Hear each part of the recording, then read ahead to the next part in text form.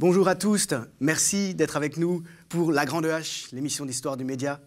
Nous recevons Johann Chapoutot, qui est professeur d'histoire contemporaine à la Sorbonne, spécialiste de l'Allemagne nazie, de la culture, de la vision du monde, qui était celle des nazis. Bonjour Johann. Bonjour. Merci d'être avec nous. Vous êtes l'auteur d'un essai récemment paru, qui fait un aller-retour entre le passé et le monde contemporain, et qui s'intitule « Libre d'obéir, le management du nazisme à aujourd'hui ». C'est un livre qui est assez court, mais qui est historiquement très bien étayé. C'est une plongée dans l'obsession nazie pour la Menschenführung, c'est le terme allemand par lequel on traduit management. Et c'est un livre dérangeant. C'est un livre d'ailleurs qui suscite un certain nombre de réactions parfois outrées. On le sait bien, mais on n'y réfléchit peut-être pas assez précisément. Le management et la culture du management sont absolument partout aujourd'hui. Ils règnent bien sûr dans le monde des entreprises, mais ils ont aussi envahi la politique.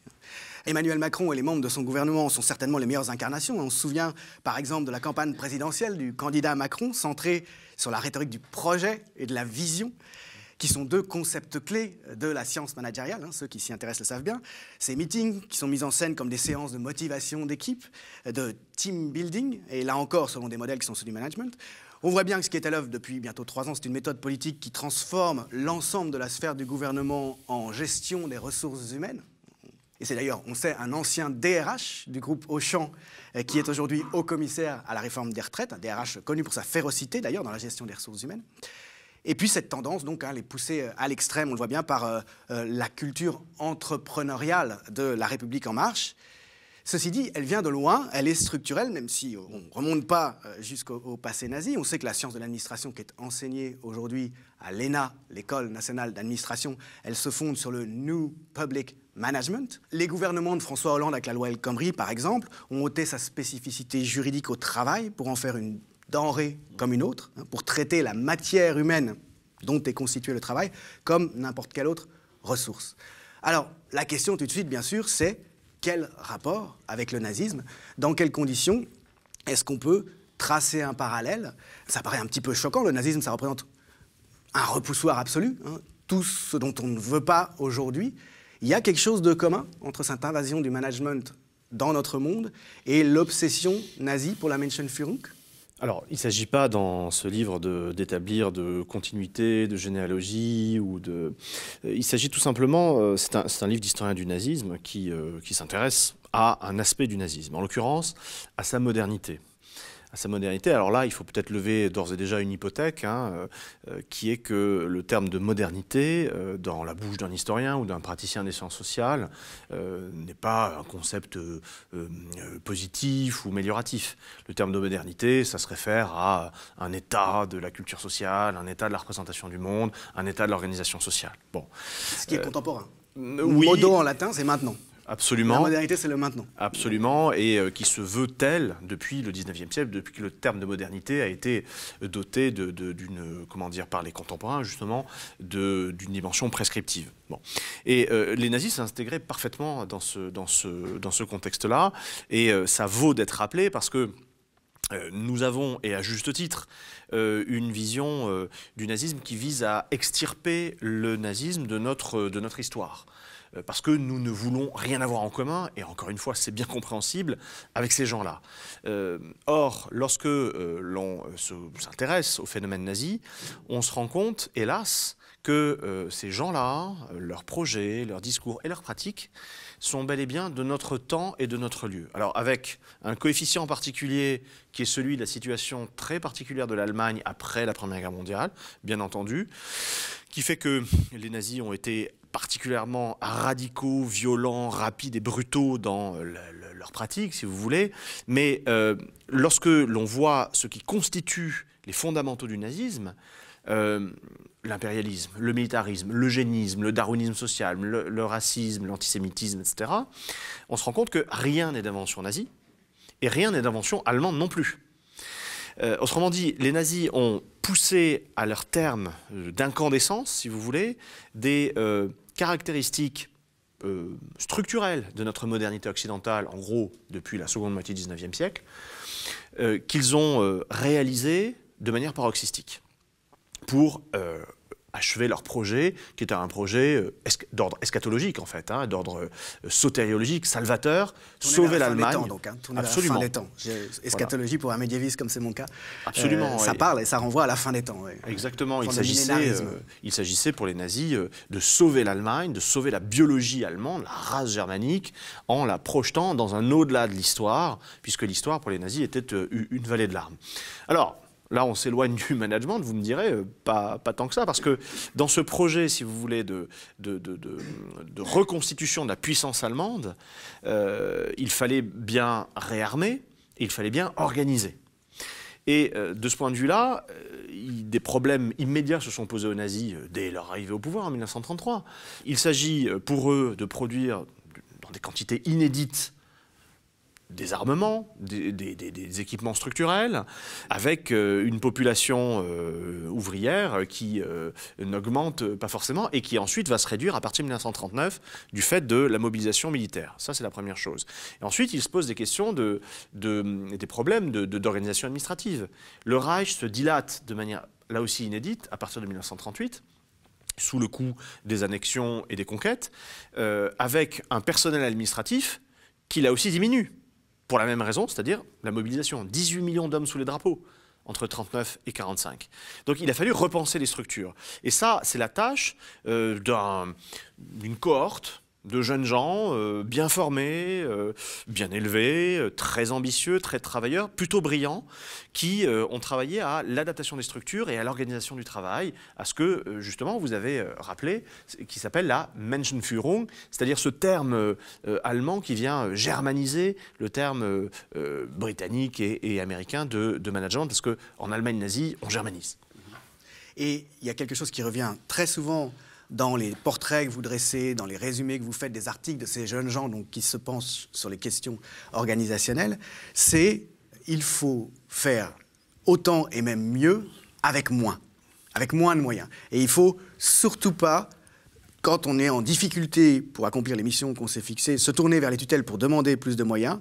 Il faut se débrouiller. Et ça, faire mieux avec moins, c'est un mot d'ordre très actuel. Quand on vous lit, on ne peut pas s'empêcher de penser à ce qui se dit partout aujourd'hui, en France, dans le cadre de cette révolution néolibérale de type thatchérien qui est entreprise par Emmanuel Macron. Il y a vraiment, dans les textes que vous citez, plein d'échos.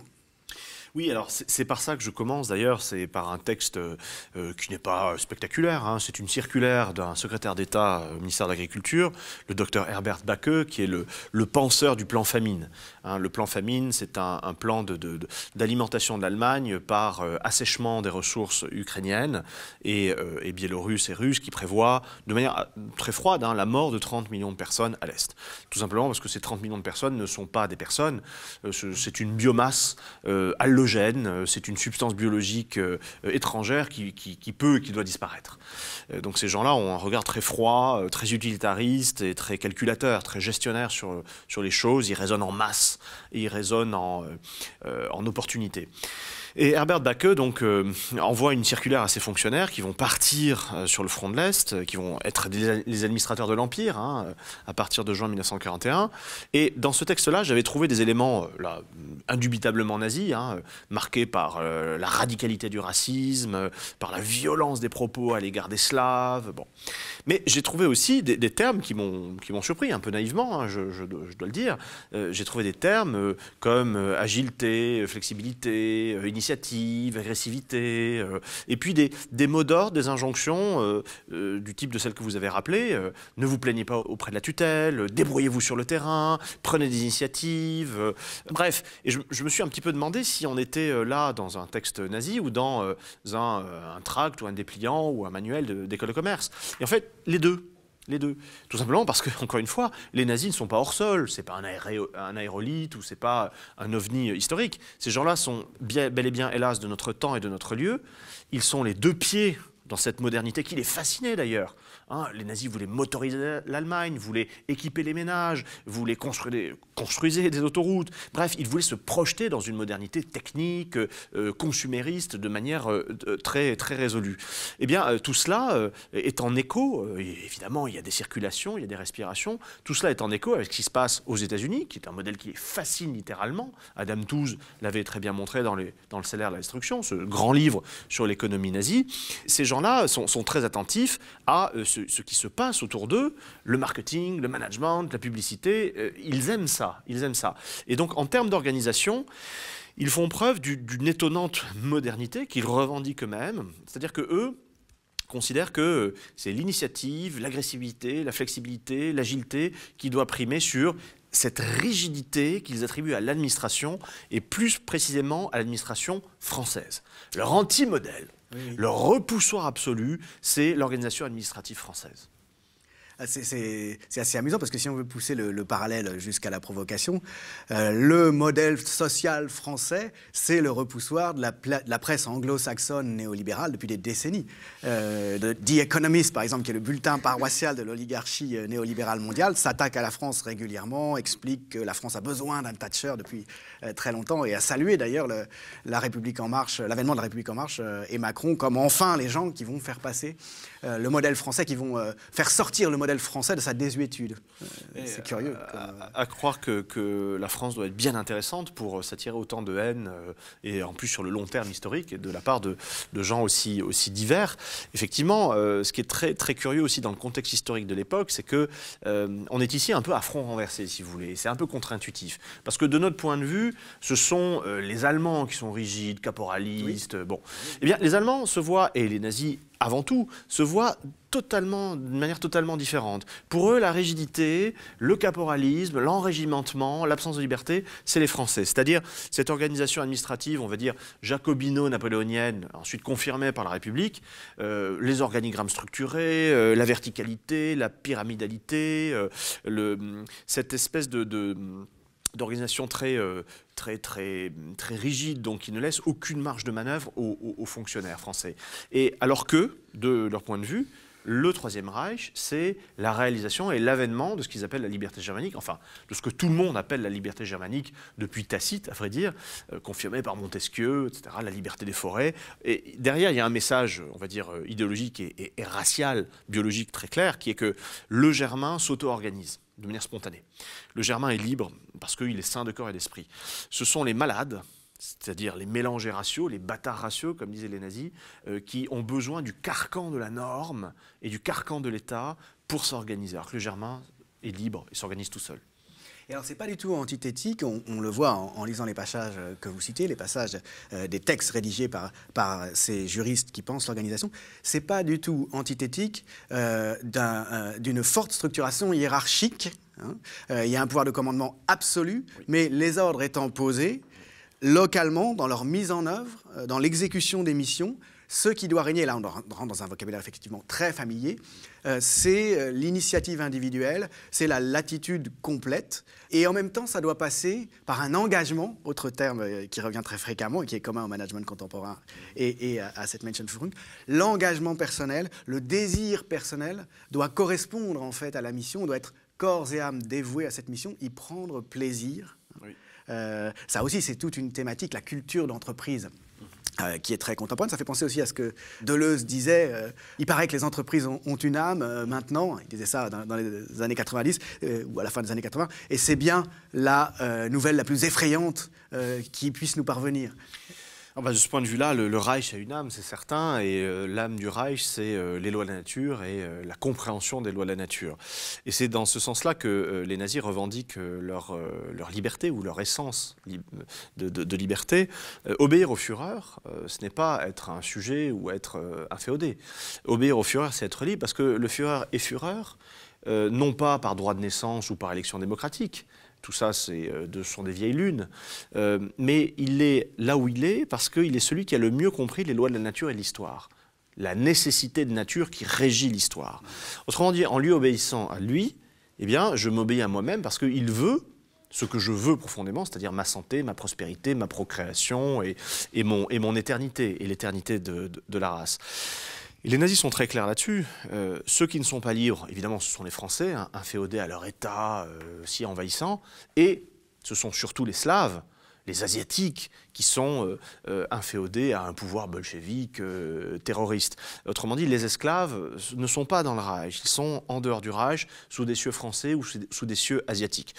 Les nazis ne font là que reprendre un vieux topos, si vous voulez, un vieux cliché de la pensée allemande qui veut que c'est en Allemagne que la liberté s'est pleinement épanouie après l'esclavage perse et égyptien, la demi-liberté grecque et romaine.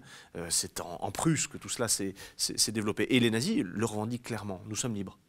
Évidemment, ce qui choque, c'est que l'objectif des missions qui sont fixées, les contenus idéologiques, ne sont plus du tout en phase avec notre modernité.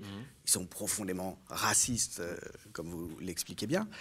Mais si on enlève ce contenu et si on met d'autres contenus, ceux d'aujourd'hui, de type néolibéraux qui correspondent à la vision du monde d'un Hayek, par exemple, qui innerve les théories néolibérales aujourd'hui. Romaric Gaudin, par exemple, l'a bien montré récemment, ou Grégoire Chamaillot dans leurs livres respectifs. C'est-à-dire l'idée proprement néolibérale que c'est de la marchandisation généralisée que naît la justice.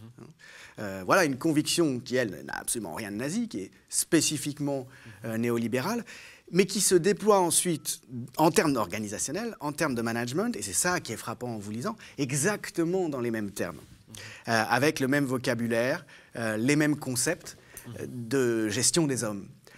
Et toujours cette marchandisation de l'humain, ou cette réification, disons, de la matière humaine, qui serait, alors cette fois-ci, le principal point commun de substance.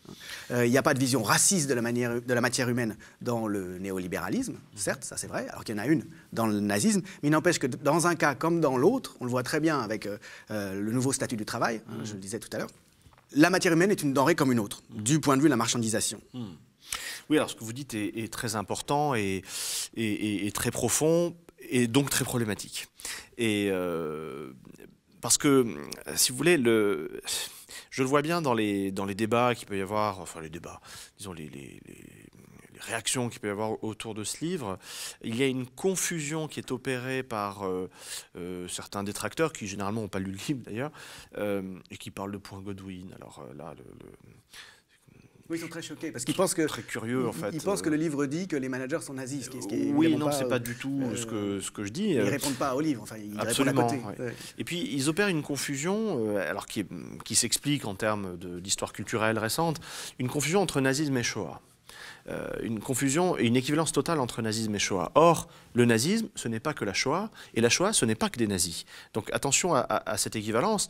Avant le déclenchement de la Shoah, à l'été 1941, il y a un peu plus de 8 ans d'expérience de pouvoir nazi, et il y a un peu plus de 20 ans d'existence du mouvement nazi et de sa théorisation. Par ailleurs, la Shoah, ce n'est pas que des nazis, ce sont aussi des paysans polonais, des nationalistes ukrainiens, des oustachis croates, des gendarmes français, des policiers roumains et hongrois, enfin bref, tout le monde s'y est mis, si vous voulez. Donc, c'est pas complètement postiche, disons, ça vient pas plaquer comme ça sur voilà. Des réalités contextuelles qui n'ont rien à voir avec cette folie de l'extermination. Absolument, et donc il y a une expérience nazie, il y a une conception nazie du temps, de l'espace, du sujet humain et de la communauté humaine qui préexiste au déclenchement de la Shoah. Donc quand on répudie ce livre en disant attention, les managers ne sont pas des génocidaires, certes, bon, c'est pas vraiment ce que je dis. Enfin bref, évacuons la chose. C'est symptomatique quand même que les réponses se fassent sur ce plan, c'est-à-dire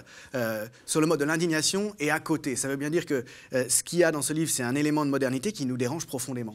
Oui, c'est très dérangeant parce que, d'un point de vue de confort psychologique et intellectuel, nous avons tous intérêt à nous dire que le nazisme est un phénomène de folie, de possession démoniaque, de régression vers la barbarie, d'animalité ou je ne sais quoi.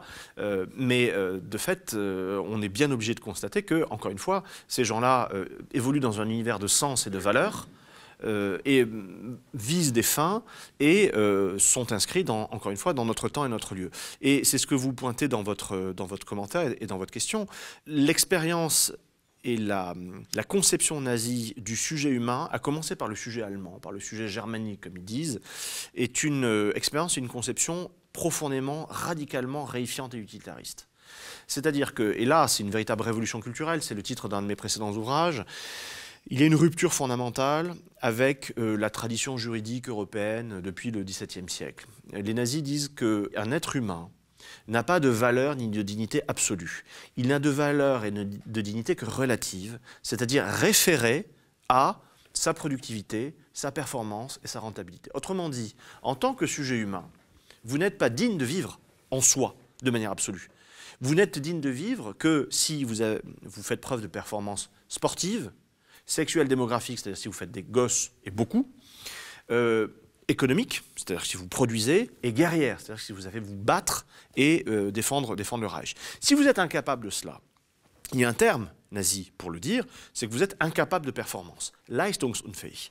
Et si vous êtes incapable de performance, ce terme de Leistung d'ailleurs voulant dire performance, rentabilité et productivité, si vous êtes incapable de ça, vous n'avez pas le droit de vivre. Alors, au minimum, ça implique votre stérilisation, 400 000 stérilisations en Allemagne de 1933 à 1945, et à partir d'octobre 1939, c'est la mort.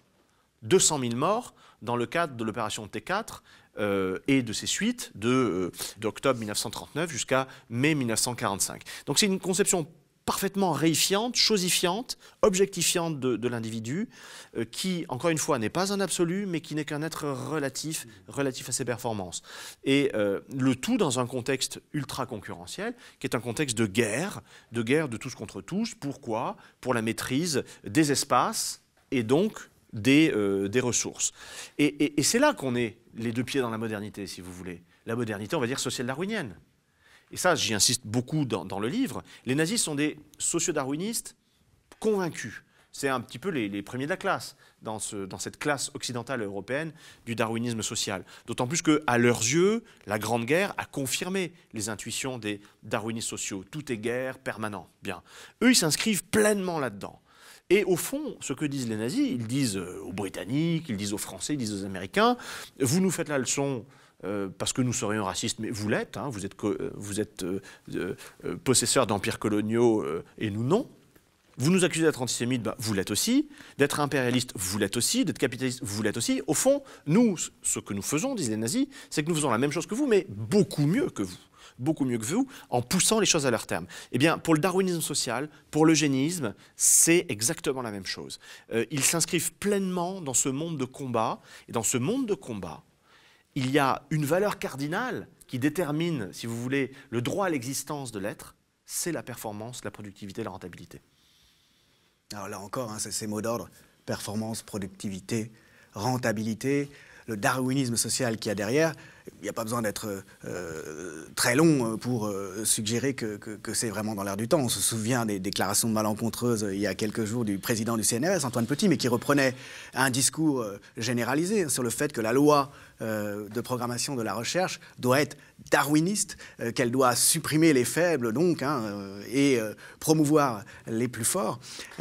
C'est un discours aussi qui est celui du management néolibéral. Mais si on essaie de réfléchir précisément en termes de contenu de ce qui définit l'humanité, de dignité de l'humanité. Vous nous expliquez que ce qui est absolument explosif, c'est l'alliance finalement de cette ultra-modernité, de cette culture de l'efficacité, avec une idéologie de l'humain qui est purement utilitariste. Alors, si là encore, on fait le parallèle avec le néolibéralisme, c'est une idéologie totalisante qui est aussi une théorie de la justice, hein, c'est-à-dire que c'est le marché qui détermine en dernier recours les justes équilibres, mais cette idéologie n'a rien d'autre à dire sur la valeur de l'humain.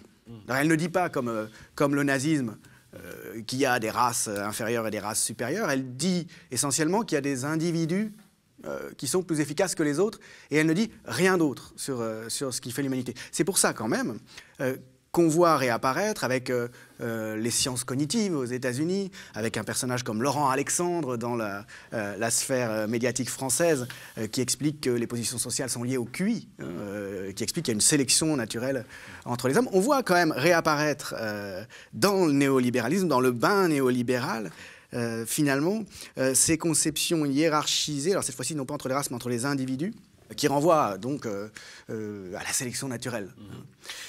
Il y a des tendances lourdes de notre culture occidentale, donc depuis la seconde moitié du XIXe siècle, qui ont structuré et armé le nazisme et qui ne sont pas dissipées par enchantement après 1945. Ni le racisme, ni le darwinisme social n'ont disparu. Ce qui a eu du plomb dans l'aile après 1945, c'est l'eugénisme, de fait, mais qui aujourd'hui a tendance à revenir de manière assez vigoureuse. Entre le nazisme et le néolibéralisme, qu'est-ce qu'on peut dire? On peut dire qu'il y a une analogie de structure, ça c'est clair. En gros, la théodicée du marché fait office aujourd'hui de ce que dictait la nature pour les nazis. Lorsqu'une Margaret Thatcher dit « il n'y a pas d'alternative », les nazis disaient exactement la même chose. On ne raisonne plus en termes de liberté, en termes de, comment dire, d'obligation, mais en termes de nécessité. Parce qu'on ne peut pas ne pas, parce que c'est indispensable, parce que sinon on meurt. Voilà. Bon. Mais là, on va rester dans l'analogie, parce qu'on ne peut pas tracer de généalogie. L'histoire le montre bien, et l'histoire des idées aussi. Je pense évidemment à Grégoire Chamaillou, je pense à Serge Audier, avec ce livre majeur qui s'intitule « Néolibéralisme au pluriel ». Le néolibéralisme, au fond, il naît grandement en Allemagne dans les années 30, dans les cercles anti-nazis. Anti-nazis, catholiques, universitaires, conservateurs, qui estiment que le nazisme, c'est pas bien pour tout un tas de raisons, mais aussi parce que le nazisme est un peu socialiste quand même, parce qu'il est interventionniste, il est dirigiste, donc ça c'est pas bien. Mais il faut revenir à un sain libéralisme, estiment les ordolibéraux, puisque c'est comme ça qu'ils s'intitulent, dans cette tradition catholique de l'ordo, de l'ordre du monde, mais c'est un libéralisme rénové, un néolibéralisme qui doit éviter la faillite de 1929, du libéralisme classique. Et ce néolibéralisme-là, c'est à la fois la marchandisation généralisée, la quantification universelle et la liberté du marché, mais une présence forte de l'État, y compris sous son jour répressif, pour faire respecter les règles de bon fonctionnement du marché. Donc on rompt avec le libéralisme classique.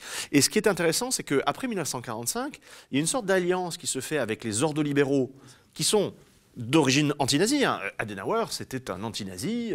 Et puis, encore une fois, les Röpke, les Eucken, etc., qui ont été les penseurs de l'ordolibéralisme, sont des anti-nazis.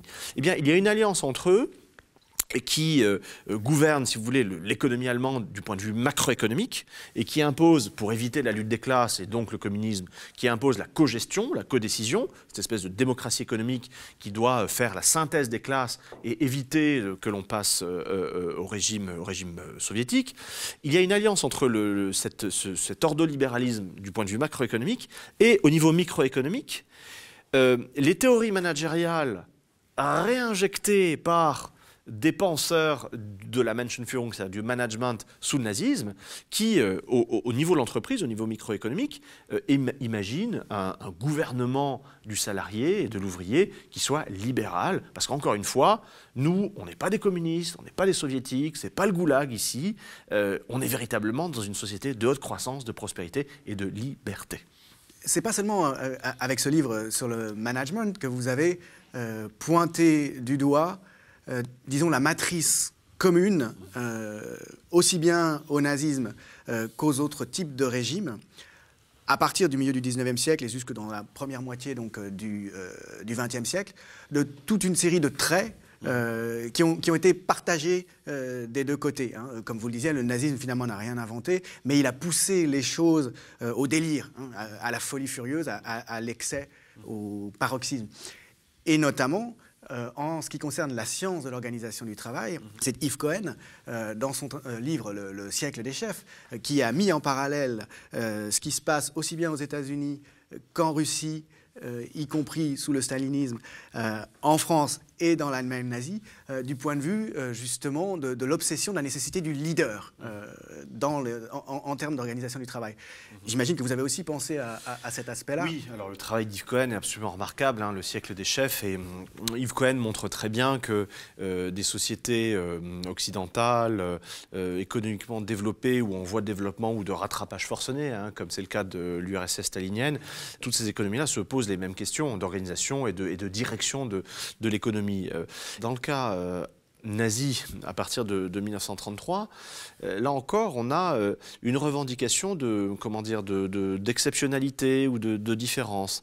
Ce que disent les nazis, c'est qu'ils sont différents des autres, parce que ce sont des Germains, c'est une race différente. Et quand on vit en Allemagne et en allemand, à partir de 1933, ce n'est pas comme dans les usines décrites par Chaplin dans les temps modernes aux États-Unis, où ce n'est pas ces Français obsédés d'administration rigoureuse, où ce n'est pas le grand goulag soviétique. On est libre en Allemagne, on est véritablement libre. Et de ce point de vue-là, le Führer est celui qui a le mieux compris, et avant tout le monde, ce qui est bon pour moi, donc je lui obéis. D'ailleurs, je ne suis pas son sujet. Je ne suis pas son subordonné, je suis son camarade. Les nazis reprennent évidemment le terme issu de la gauche, le terme de Genosse, et le citoyen allemand est censé être un Volksgenosse, un camarade de race, qui obéit à son Führer, donc il s'obéit à lui-même. Eh bien, ça c'est pour le domaine économique. Dans le domaine politique, pardon, et dans le domaine économique, c'est la même chose. Dans l'entreprise, le Betrieb, qui vient du mot treiben, qui veut dire faire, produire, il n'y a pas de patron et d'ouvrier, il y a un Betriebsführer, c'est-à-dire un leader ou un meneur de production, et il y a des Betriebsgenossen, c'est-à-dire des camarades producteurs ou des camarades productifs. Et là encore, dans l'espace de l'entreprise, c'est comme dans l'espace politique, l'analogie est parfaite. Je suis libre, parce que ce que veut mon Betriebsführer, ce que veut mon meneur de production, eh bien, c'est ce qui est bon pour moi, c'est ce qui est bon pour ma race, c'est ce qui est bon pour mon pays. D'où le titre, Liberté d'obéir. Alors ça renvoie évidemment à cette culture d'entreprise contemporaine, à l'un des mots d'ordre du management, autour de la flexibilité, de la liberté d'action, la latitude qui doit être laissée pour atteindre les objectifs. Et ça renvoie à une bien plus vieille matrice du gouvernement avant le management, qui est celle du droit canonique, la règle de Saint Benoît au VIe siècle après Jésus-Christ, qui va ensuite inspirer les arts de gouverner dans la sphère ecclésiastique, précise bien qu'il faut réguler, il ne faut pas de règles rigides.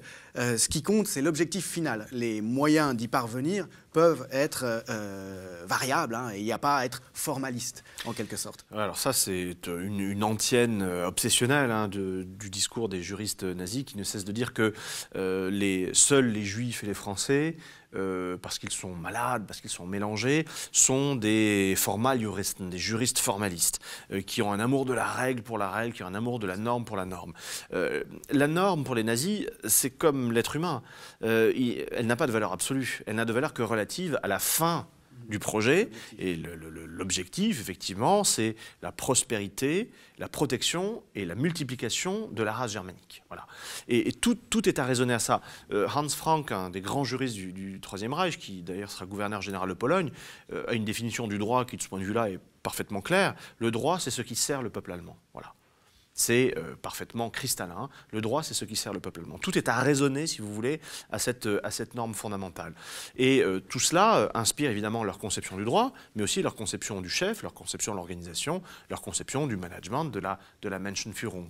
Est-ce qu'on peut revenir un petit peu sur l'itinéraire de Reinhard Höhn, donc cet officier de la SS qui dirige l'Institut de recherche sur l'État de l'Université de Berlin et qui est un des pionniers, disons un des représentants majeurs que vous mettez en scène dans votre livre de cette science nazie du management. Alors, Reinhard Höhn, c'est quelqu'un d'assez typique au fond. C'est le représentant, parmi d'autres, d'une cohorte à la fois générationnelle et sociale, qui est cette génération de jeunes gens très bien formés dans les universités allemandes, qui sont allés jusqu'au doctorat généralement, et qui, à la fin des années 20, qui ont milité dans des associations de droite, d'extrême droite, qui n'étaient pas nazis, pas forcément nazis, mais qui, à la fin des années 20, ont bien vu que s'ils voulaient faire carrière et puis promouvoir leurs idées, il fallait rejoindre la force montante. Et la force montante, d'ailleurs, les sollicitait pour armer les structures et peupler les organigrammes de cette organisation en voie de développement qui était le parti nazi, la SS, le SD, et puis ensuite l'État. Le SD, c'est le service de sécurité de la SS. Absolument, oui, c'est un petit peu le cerveau, si vous voulez, de la SS. C'est une élite. C'est l'élite de l'élite, et on recrute des gens extrêmement bien formés et très, très militants. Et ce que promettent des gens comme Heinrich Himmler, le chef de la la SS et son second Reinhard Heydrich à ces jeunes gens, c'est venez chez nous, vous allez avoir un salaire, un poste et un uniforme. Demain, nous allons vous donner les clés de l'Allemagne et après-demain, nous allons vous donner les clés de l'Europe. Et c'est exactement ce qui s'est passé. Le pari a été réussi pour ces gens-là qui ont fait de très belles carrières. Reinhard Heune donc fait partie de ces gens-là lui, effectivement, il fait une brillante carrière universitaire puisqu'il est bombardé très rapidement, professeur à l'université de Berlin, et il dirige l'Institut de recherche sur l'État, qui est à cheval entre la SS et l'université et qui réfléchit justement à l'adaptation des structures administratives, à la dilatation de cet empire. Et il le fait dans une revue, à partir de 1941, dans une revue qui s'appelle Empire, Ordre racial, Espace vital, dont vous citez abondamment les articles. Oui, alors c'est des articles parfois qui ne sont pas extrêmement exaltants hein, sur l'organisation concrète du bureau et la gestion des dossiers avec le secrétariat. Parce qu'il faut inventer ou adapter la science de l'organisation, la science du gouvernement à cet empire qui devient absolument délirant. Et d'ailleurs, ils le disent, ils sont exaltés évidemment par cette épopée historique, mais ils ne cachent pas, ces gens-là, que ça pose problème. Parce qu'on doit faire plus, beaucoup plus, avec moins, et parfois beaucoup moins, sans se plaindre, et sans embêter une hiérarchie qui a autre chose à faire que d'écouter les jérémiades d'un administrateur en Biélorussie. Donc il faut se débrouiller. Voilà. Et donc ces gens-là pensent en temps réel toutes ces choses-là, et Reinhard Heune, fort de cette expérience, après 1945, alors il y a un petit passage à vide évidemment, parce qu'il y a une rupture de carrière en 1945, pendant 4 ans, il se cache. Et puis, à partir de la fin des années 40, il revient comme employé de haut niveau hein, d'un think tank patronal qui le mandate très rapidement pour créer une grande école de cadre, une grande école de management, de commerce, qui serait pour l'Allemagne l'équivalent de la Harvard Business School. Les Français font la même chose. En 1957, ils créent l'INSEAD. Bon, eh bien les Allemands créent cette école en 1956. C'est Reinhard Heune qui l'a créée, c'est lui qui la dirige, et il en est le professeur le plus charismatique et le plus important. Et cet ancien général SS, puisqu'il a terminé la guerre au rang de général SS, cet ancien général SS, non seulement crée, dirige et enseigne dans cette école de commerce, mais également multiplie dizaines d'ouvrages, de théories et d'applications du management, qui a un succès phénoménal, à tel point que son école forme 600 000 cadres issus de 2600 entreprises allemandes. Tout le monde y va. Et ça a un tel succès que Reinhard Heune est un de ceux qui pensent, dès les années 60, que l'administration publique devrait quand même se mettre au diapason du privé et adopter les normes du privé. Donc vous avez des Länder qui envoient leurs fonctionnaires dans cette école, et vous avez l'armée aussi qui envoie ses officiers et ses sous-officiers pour se former à sa méthode de management, qui est devenue une marque déposée, si vous voulez, qui s'appelle le management par délégation de responsabilité. Et donc là, il y a clairement une origine nazie, puisque c'est le même personnage. En Alors, tout cas, il se trouve qu'il a été nazi. Et que... c'est plus que ça, si vous voulez. D'une part, il y a une continuité biographique claire. D'autre part, c'est quelqu'un qui n'a jamais renié quoi que ce soit de son passé. Par ailleurs, jamais, absolument jamais. C'est quelqu'un qui, par ailleurs, a bénéficié des réseaux de la SS qui sont implantés partout hein, en Allemagne de l'Ouest après 1945. Parce que fonctionne après, alors. Mais bien sûr, parce qu'on entre très rapidement en guerre froide. Hein, dès 1947, au plus tard, c'est terminé la chasse aux nazis. Donc la priorité, c'est éviter le communisme. Mais évidemment, c'est la guerre contre l'Est, c'est la guerre contre l'ogre rouge, contre les communistes. Donc on n'est pas regardant. D'autant moins regardant que pour combattre les communistes, il n'y a rien de mieux que les nazis, au fond. Hein, et tout le monde l'a compris. Hein, vous avez des milliers de soldats de la SS qui partent dans la Légion étrangère française. Vous avez Klaus Barbie qui va travailler pour les Américains et puis ensuite qui est exfiltré en Amérique latine. Et vous avez dans les structures de l'État ouest-allemand, dans les hôpitaux, les universités, la police, la diplomatie, les services de renseignement, l'armée, évidemment des cadres nazis. Donc Reinhard Heune bénéficie de ces réseaux de solidarité, notamment dans le privé, hein, parce que le privé recycle beaucoup de ces gens-là, tout simplement parce que l'industrie allemande a connu une période très faste sous la période nazie et a fait affaire avec ces gens-là. Donc on se connaît ce sont les mêmes réseaux, les mêmes cercles de sociabilité, et donc on s'entraide à la fin. Et on recycle ces gens-là, dont on sait que ce sont de très bons professionnels. Et Reinhard Heune, en plus, ne change pas une virgule à ce qu'il disait auparavant sur l'organisation du travail et sur l'État. Pour lui, il est clair que l'État doit être remplacé par des agences, bon, d'une part, et d'autre part, il est clair que le management le plus efficace, la Menschenführung la plus efficace, optimale en termes de productivité, c'est un management libéral. Et ça, les nazis l'avaient très bien compris avant 1945. Et après 1945, son management par délégation de responsabilité est tout à fait issu de cette matrice réflexive et pratique des années 30. Et donc, c'est ça aussi qu'il y a derrière la notion de New Public Management et de transfert vers l'administration publique des techniques du privé. Alors, ce qui est très intéressant, c'est que, là encore, dans les années 70, le New Public Management est clairement une composante, on va dire, ontologique, structurante du néolibéralisme. Lequel néolibéralisme est issu d'une matrice anti-nazie, en grande partie. Il se trouve cependant que la haine profonde des nazis pour l'État a fait que des gens comme Reinhard Heune ont pensé avec 40 ans d'avance ce qui sera plus tard le New Public Management. Les nazis détestent l'État, parce que l'État, qu'est-ce que c'est? C'est une réalité étrangère, issue du bas empire romain, mélangée racialement, importée par l'évangélisation chrétienne, c'est-à-dire donc judéo-chrétienne, juive, renforcée par le prestige de Louis XIV, imposée par les armées de Napoléon. Enfin bref, l'État, c'est une réalité. Absolument, oui. Absolument. Sans même parler de la Révolution française qui, là, leur donne de l'urticaire. Mais c'est une réalité étrangère qui a été contreplaquée, si vous voulez, sur la belle liberté germanique.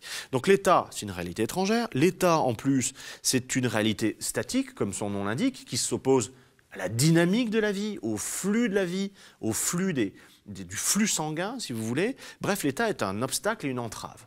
Un obstacle sous la forme du corpus de normes qui entrave la libre initiative, et un obstacle aussi sous la forme de ces fonctionnaires qui incarnent la norme et qui ont le très mauvais goût de respecter les procédures. C'est pour ça qu'il y a une haine profonde des nazis pour la bureaucratie, les fonctionnaires, la fonction publique. Donc il faut remplacer l'État, vraiment, par quelque chose qui soit vraiment, comment dire, homologue à la vie. Quelque chose qui respecte les lois de la vie, les lois de la nature, c'est-à-dire la rapidité, l'agressivité, la dynamique. Et ce quelque chose, ce sont des institutions particulières qui sont des agences. Parce qu'une agence, qu'est-ce que c'est? C'est le contraire de l'État. Une agence, c'est une instance, une institution, qui est définie par un projet, par un budget et par une mission. C'est rapide, c'est labile, c'est ductile, c'est flexible. C'est ce qu'il faut, en fait. L'État, c'est une entrave. L'agence, elle, épouse le mouvement de la vie. Et ça, ils le théorisent dès les années 30. Ils le théorisent et ils le mettent en pratique. Les nazis, à partir de 1933, pulvérisent l'État. Pulvérisent l'État, le mine de l'intérieur, en multipliant ces agences ad hoc qui pullulent et qui métastasent sous le Troisième Reich. Si on se situe du point de vue de l'historiographie du nazisme, les travaux des spécialistes qui ne sont pas nécessairement connus du grand public, est-ce que vous arrivez en terrain non déblayé ou est-ce qu'il y a eu des recherches autour de cette science nazie de l'organisation des hommes? Alors, les travaux sur la modernité du nazisme, là encore, de manière non améliorative, mais juste ce constat de cette volonté nazie d'épouser la modernité et d'en être, ces travaux-là existent depuis longtemps. Je pense notamment à Detlef Peukert, qui est un grand historien de la modernité et qui s'est penché sur ces questions. Et les historiens allemands du nazisme travaillent là-dessus depuis un moment, notamment les historiens spécialistes d'histoire sociale. Bon, pour ce qui est de la science de l'organisation, de ce que nous appelons le management, et qu'eux appelaient la Menschenführung, il y a aussi des travaux nombreux et importants, notamment depuis une dizaine d'années, les travaux sur Speer notamment. Albert Speer, qui était lui-même à la tête d'une agence, la Generalbauinspektion, l'inspection générale des bâtiments, c'est une agence ad hoc, totalement liée à la personne de Speer. Et Speer, qui est à la fois d'abord l'architecte en chef du Reich, puis le ministre de l'armement, et on sait, hélas, tout ce que la résistance nazie, l'opiniâtreté nazie dans la guerre doit aux performances organisationnelle, managériale de Speer, hélas, eh bien, Speer a fait l'objet de plusieurs travaux importants qui insistent sur sa modernité managériale. Et autour de Speer, il y a toute une, comment dire, une nébuleuse de chefs, de managers. Je pense notamment à Hans Kammler, qui est un des ingénieurs en chef du programme V2 et qui organise le camp de concentration de Dora, qui produit les éléments constitutifs de la fusée V2. Kammler, c'est un ingénieur de formation. Il fait partie de cette cohorte moderne des ingénieurs conseils technocrates qui s'intitulent fièrement managers eux-mêmes. Et donc, on a des travaux là-dessus.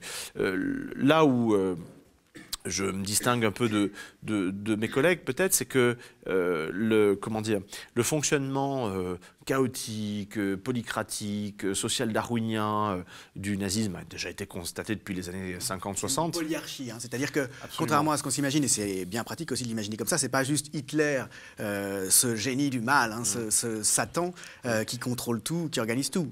Absolument pas. En réalité, il y a toute une série de féodalités en dessous de lui. C'est une multiplicité d'instances, de centres de pouvoir qui se battent les uns contre les autres. Et c'est d'ailleurs voulu, c'est un darwinisme administratif que Yann Kershaw avait très bien vu d'ailleurs, qui permet à la solution la plus radicale d'émerger après cette saine émulation, si vous voulez, cette saine concurrence. Les chefs, c'est Himmler, Goebbels, Göring, Speer, Rosenberg, Ribbentrop, et puis Fritz Todt, Albert Speer, tous ceux qui dirigent aussi des agences. Hein. Fritz Todt, l'organisation de Todt, c'est une agence, Göring, le plan de 4 ans, Speer avec l'inspection générale des bâtiments, etc. etc. Et ces gens sont en concurrence entre eux et mettent eux-mêmes en concurrence sous eux, oui.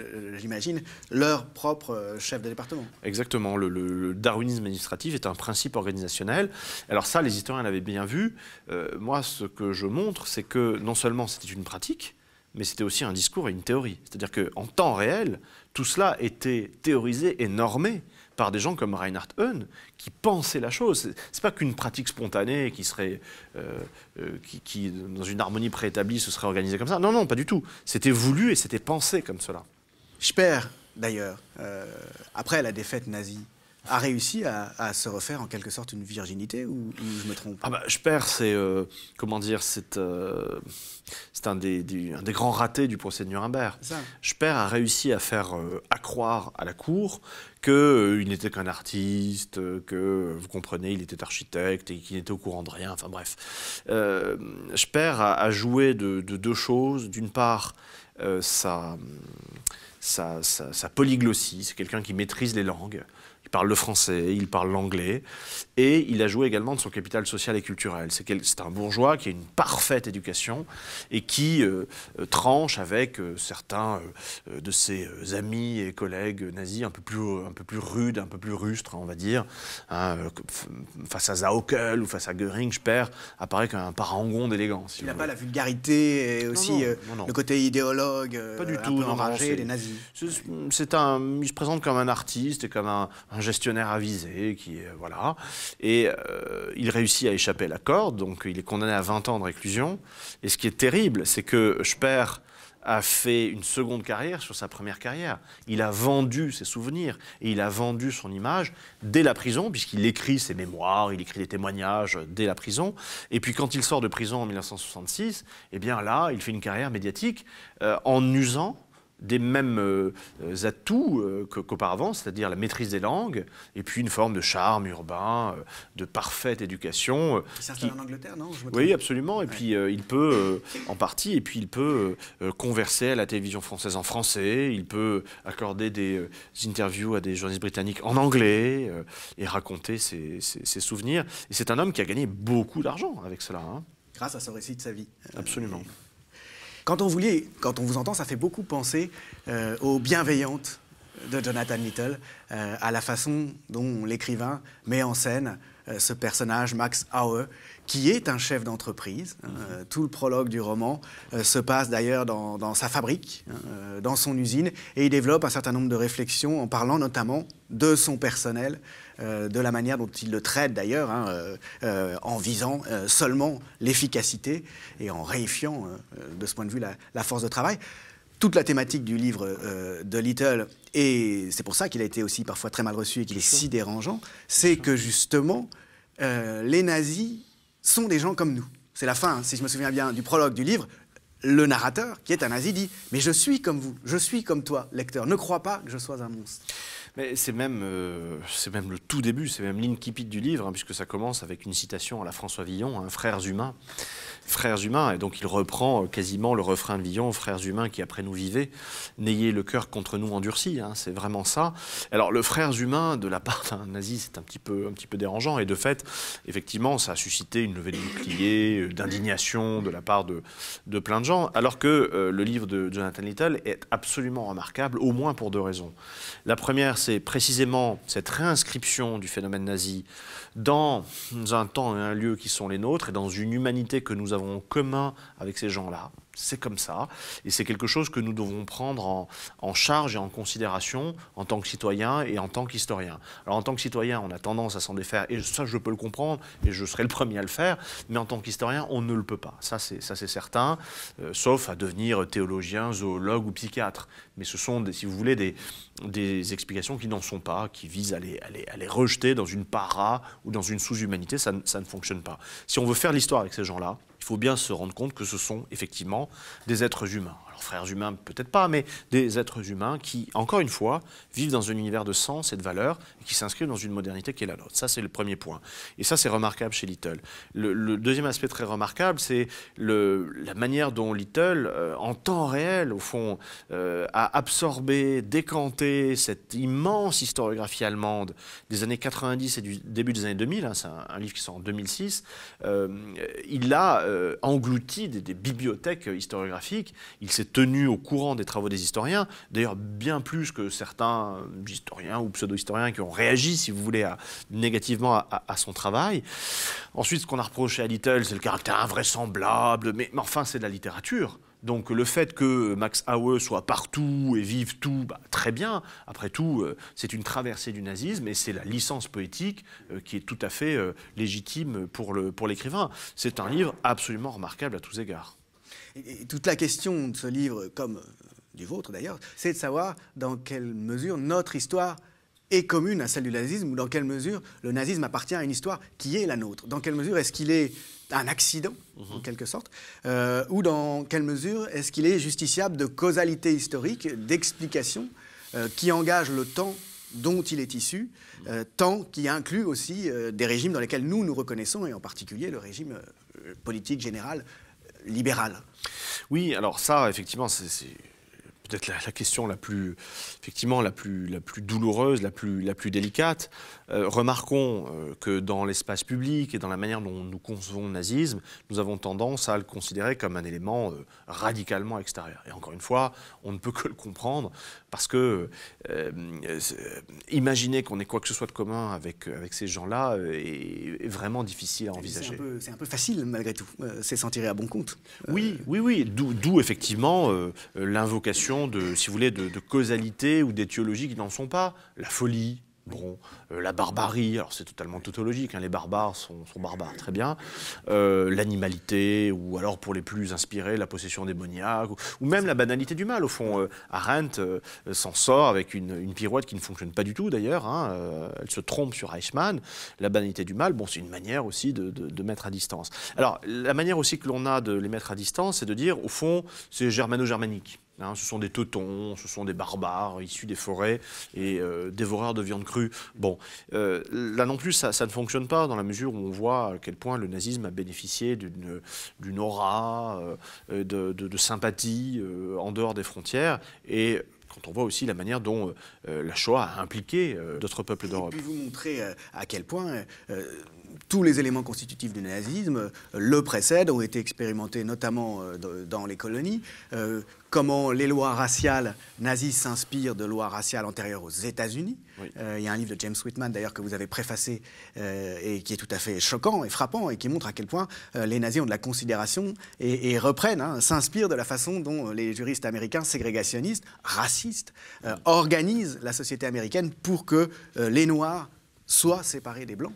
Enfin bref, il y a une osmose, disons, entre ce monde occidental de la fin du 19e et du début du 20e siècle et le nazisme qui ne permet pas de s'en tirer comme ça, qui permet pas de considérer que voilà, le nazisme, c'est quasiment une forme religieuse du mal, hein, indicible, inexplicable, irreprésentable, postiche finalement dans l'histoire de l'Occident. Ne parlons même pas de l'antisémitisme. Hein. Moi qui m'intéresse beaucoup à l'histoire du Moyen-Âge, je sais bien que la folie antisémite qui consiste à imputer aux Juifs des choses tout à fait délirantes, hein, par opposition au simple anti-judaïsme qui consiste à reprocher aux Juifs d'avoir été le peuple qui n'a pas reconnu la venue du Christ.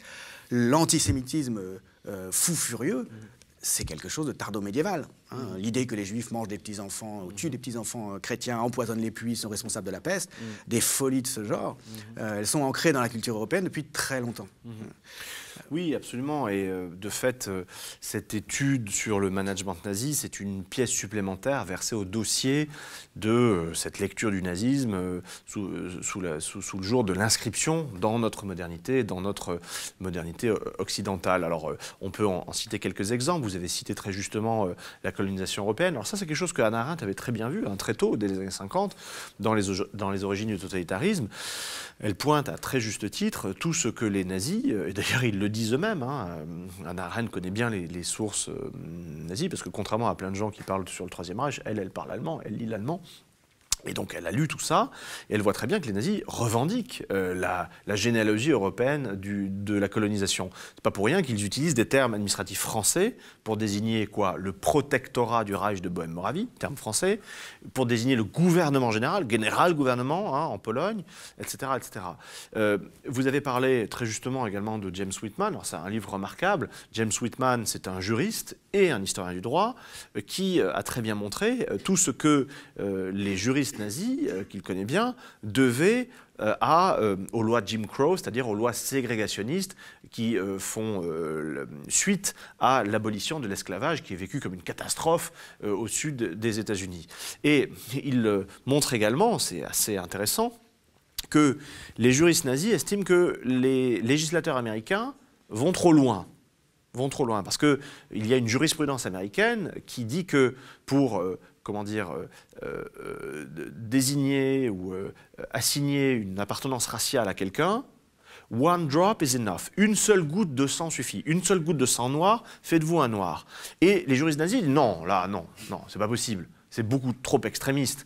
Non, une seule goutte de sang juif ne fait pas de vous un juif. D'ailleurs, on peut vous laver de votre judéité. Si vous êtes au quart juif, par exemple, ou au 8e juif, on peut vous laver de génération en génération de cette macule. Donc, aux yeux même des nazis, les Américains vont beaucoup trop loin, si vous voulez. Mais, encore une fois, ça n'a rien de surprenant lorsqu'on s'intéresse de près, si vous voulez, à l'histoire des pays occidentaux. Le darwinisme social, l'eugénisme, le racisme, l'antisémitisme se portent très bien aux États-Unis avant et après 1945. Le mouvement des droits civiques aux États-Unis, on a tendance à oublier que ce n'est pas qu'un mouvement des Noirs, c'est aussi un mouvement des Juifs.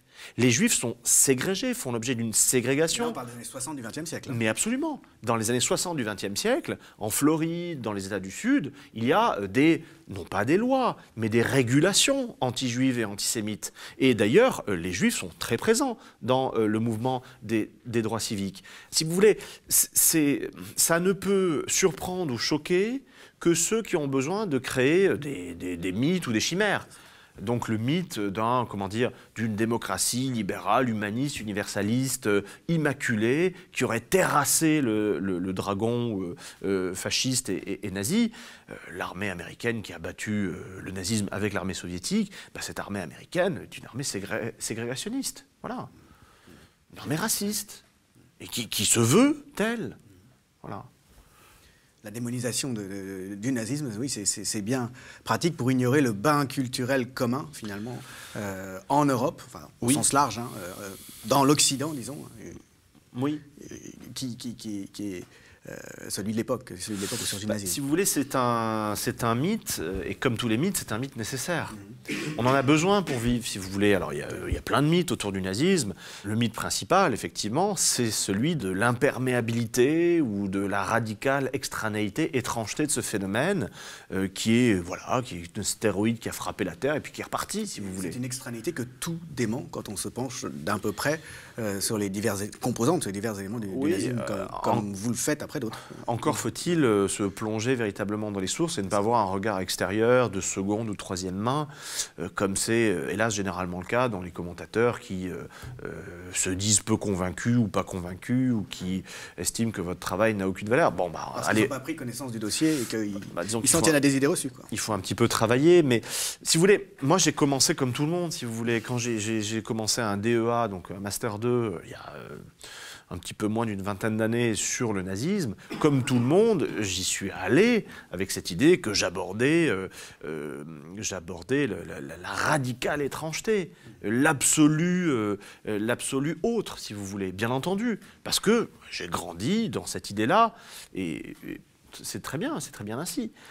Et c'est peu à peu que, en lisant les sources, de plus en plus, je me suis rendu compte de l'inquiétante, non pas étrangeté, mais familiarité de ces gens-là et de leur proximité.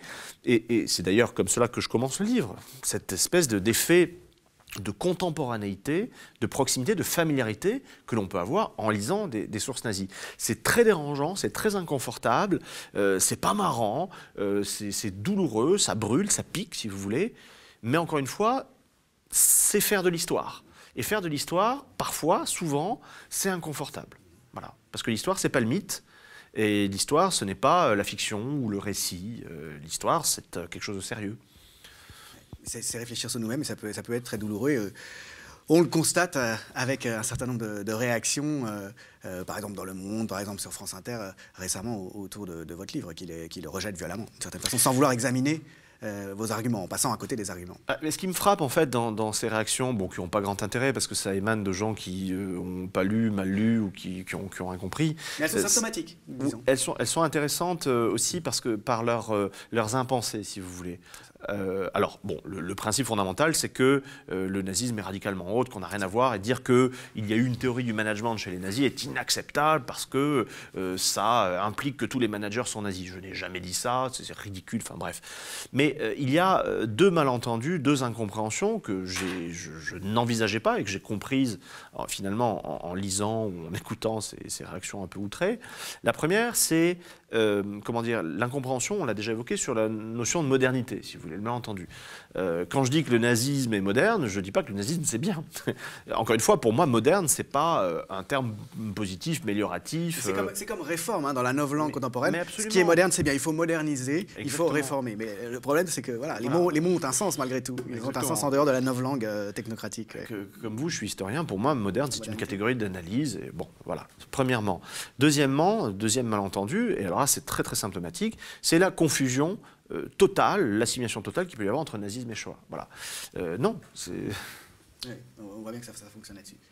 Merci beaucoup, Yohann Chapoutot, de nous avoir entraînés dans cette inquiétude sur notre propre présence. C'est la grande vertu de ce livre, me semble-t-il. Et j'espère que cette émission va contribuer au débat. Merci beaucoup.